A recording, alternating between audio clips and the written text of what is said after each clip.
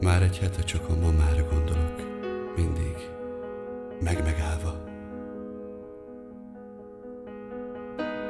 Nyikorgó kosárral ölében ment a padlásra, ment serényen. Én még őszinte ember voltam, ordítottam, toporzékoltam. Hagyja a dagatruhát másra, engem vigyen föl a padlásra. Csak ment és teregetett némán, nem szidott, nem is nézett én rám, s a ruhák fényesen suhogva keringtek, szálltak a magosba.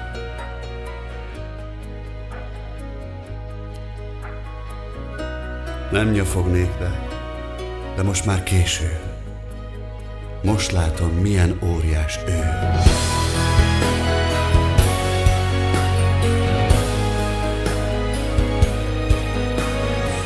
Szürke haja lebben az égen, kékítőt old az ég vizében.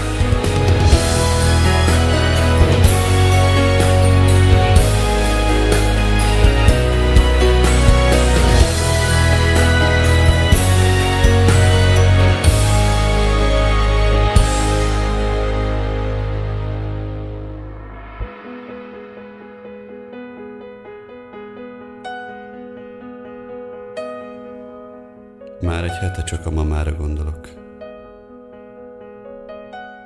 Mindig.